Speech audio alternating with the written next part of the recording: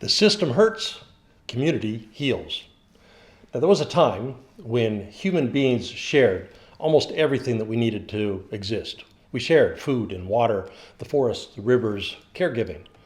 But today, almost none of the stuff that we need to exist is shared. Instead, it's up to the individual to secure what they need. I take care of my food and my children and my elder care, my education, my needs, and you take care of yours.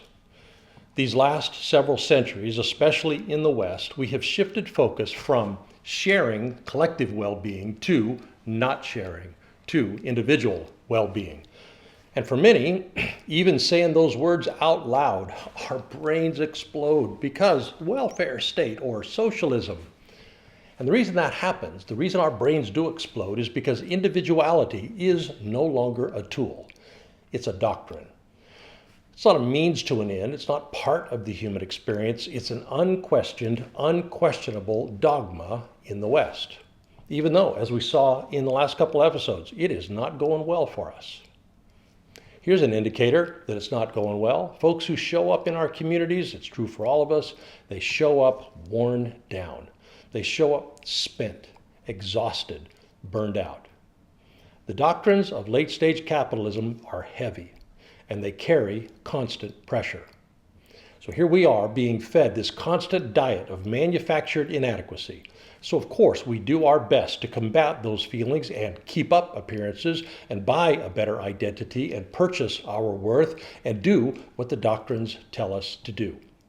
And it is not going well for us. It is exhausting. So, a familiar story, the parable of the commons. A village with a green at the center. If everybody grazes one sheep there, the grass will regenerate, all the villagers benefit, everybody has a sheep. Except the commons is able to sustain a few more sheep. A few villagers could have two.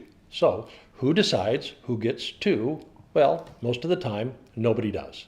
And pretty soon, everybody puts out two sheep and the commons die. Now nobody has a sheep, everybody suffers.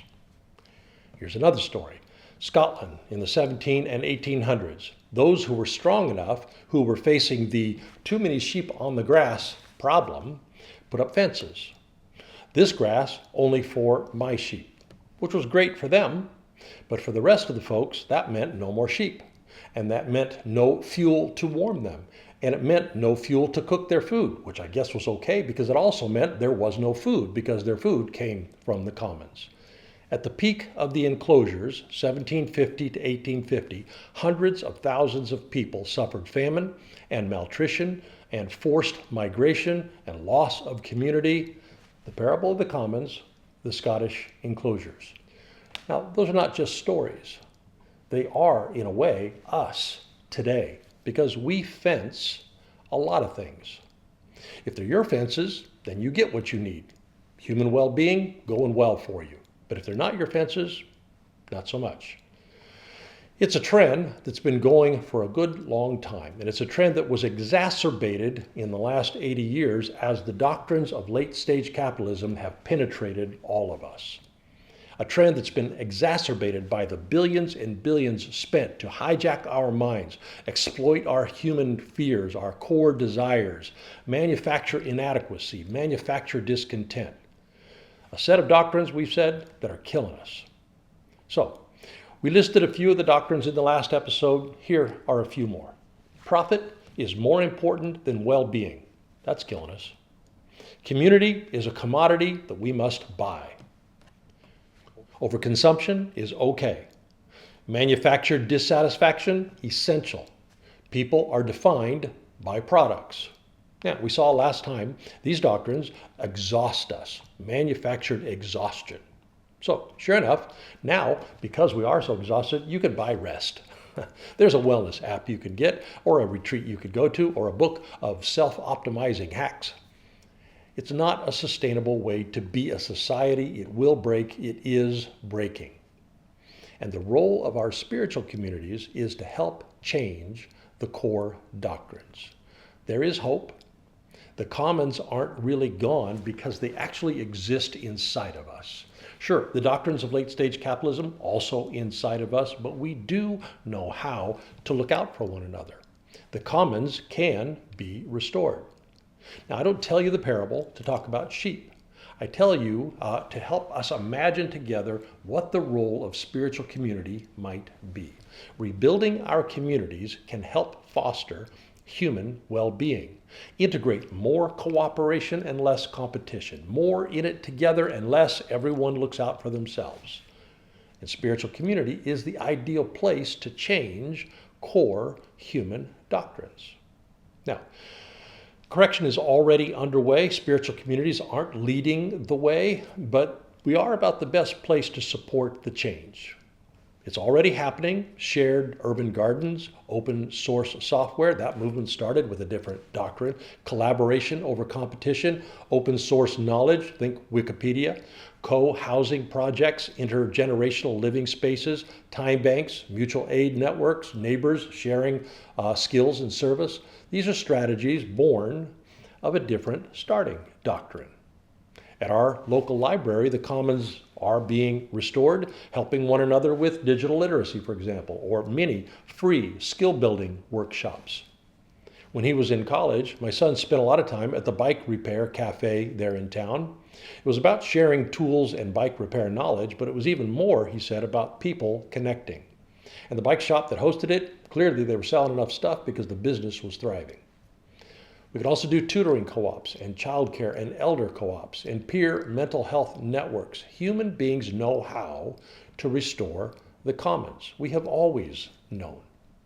These are patterns that evolved into our genetic makeup. We know how to share labor, to share knowledge, to share support, but under the constant drumbeat of these core doctrines of late-stage capitalism, we are not doing what we know how to do. And that's where reimagining and rebuilding spiritual communities fits into this moment in history. Spiritual communities are uniquely fit to help one another change our core doctrines, change the values by which we live, resist together that constant drumbeat. Communities do together, and together is how human beings change. Communities have elders, custodians of shared wisdom, and mentors to support younger people, and stories, non-commodified stories that help us find ourselves, and access to accumulated human wisdom, like the virtues, like patience in the face of instant gratification, gratitude in the face of this manufactured dissatisfaction, mindfulness to help us counter the attention economy, simplicity to help us resist overconsumption. Spiritual communities can teach and embody and amplify different doctrines. We can act like yeasts that grow and multiply until someday the different doctrines begin to ripple out into the wider culture. We can help one another resist psychological manipulation. We can do that together. We can help one another reflect on what truly matters. We can create common spaces in which we practice not doing and not striving and not chasing. We can use the rooms in our buildings, the church rooms and the rooms in our homes for common spaces to connect and grow together. The church in our town is using part of their property for affordable housing, our county's biggest pain point. Spiritual communities are ideal for creating mutual aid networks and skill and service sharing and inviting people in who are alone. We can tutor and create support networks for stress and for parenting and for grief. We can share emotional hardship by being in it together. We can change the operating system. We can change the doctrines.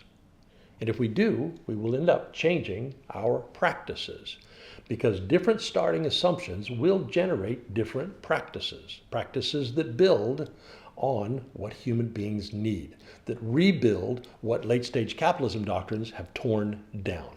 Belonging, care, rest, value without having to earn it or buy it, well-being.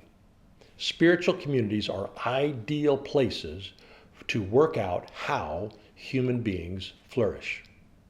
Now again, the restoration of the commons is already happening in a grassroots way. Our spiritual communities could play a critical support role.